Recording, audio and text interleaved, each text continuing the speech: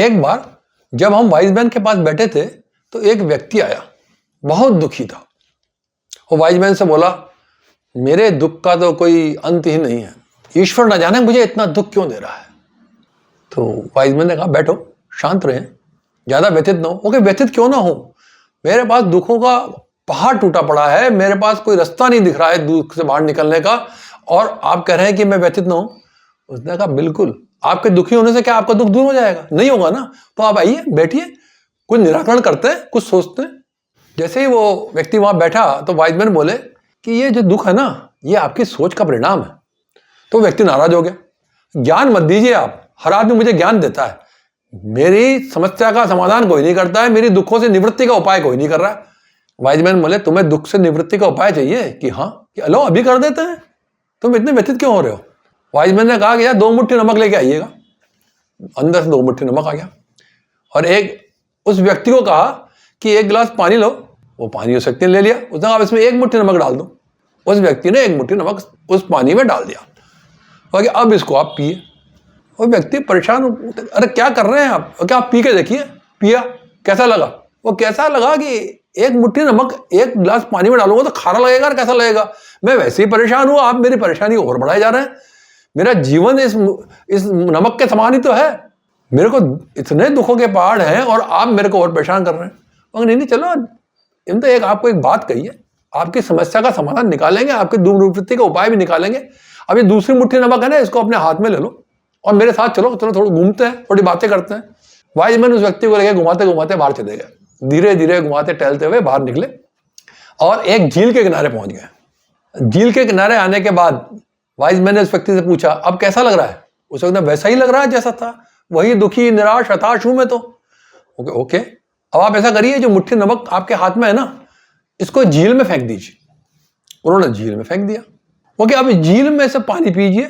और झील का पानी पिया, कैसा लगा आपको? ओके, झील का पानी जैसा होता है, स्वाद मीठा है, कि क्यों आपने इसमें नमक डाला है, खारा नहीं हुआ? वाइज मैन ने, क्यों मजाक करते हैं आप मेरे से? वो 1 गिलास में अंदर नमक डालने से खारा हुआ था, इस इतने बड़े तालाब में 1 मुट्ठी नमक से खारा हुआ है क्या? ये तो वैसा ही है ना, इसमें क्या फर्क पड़ने वाला है इससे? वाइज मैन ने कहा, here lies the solution of your problem.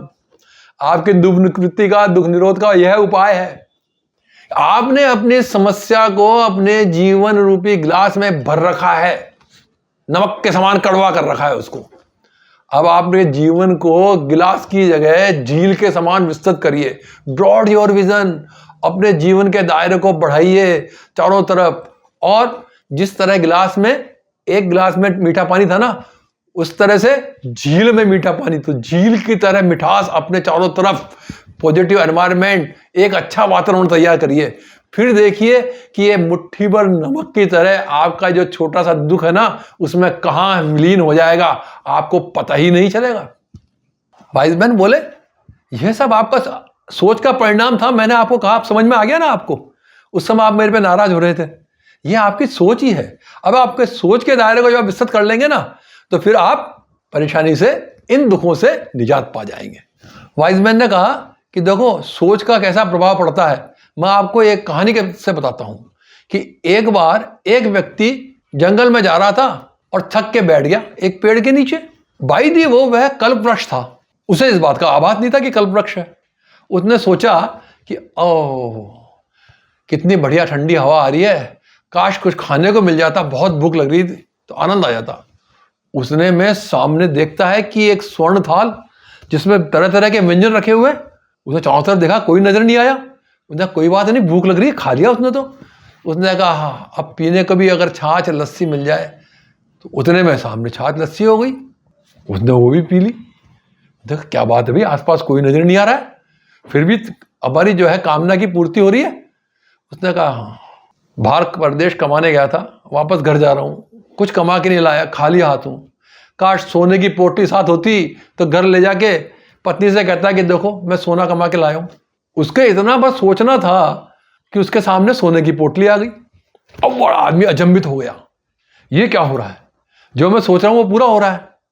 उसके मन में शंका आ गई, हो न हो इस पेड़ के ऊपर कोई भूत रहता है और वो भूत ही मेरी कामना पूरी कर रहा है, और वो भूत मुझे खा जाएगा, मुझे खिला पिला के मोटा करके मुझे खा जाएगा। उतने में वहां पे एक भूत प्रकट हो गया और वो उसको खा गया। अब इस कहानी को आप काल्पनिक मान सकते हैं, भूत पे आप विश्वास करते हैं नहीं करते हैं, बात उसका नहीं है। बात यह है कि आपके मन में जो इच्छाएं थी वह पूरी हो रही थी। तो आपने जब इच्छाएं ऐसी की जिससे कि आपको अच्छा फल मिले तो आपकी वो इच्छा वो पूरी हुई। आपने ऐसी इच्छा करी कि इसका दुष्परिणाम भी हो सकता है तो उसका दुष्परिणाम हो गया। तो आपकी सोच को आप जैसा बनाएंगे उस तरह से ही आपका जीवन आगे बढ़ता चला जाएगा। अगर आप अपने आप को महान दुखी, संसार का सबसे दुखी आदमी समझेंगे ना, तो वाकई में आप संसार के सबसे दुखी आदमी हो जाएंगे माय डियर फ्रेंड।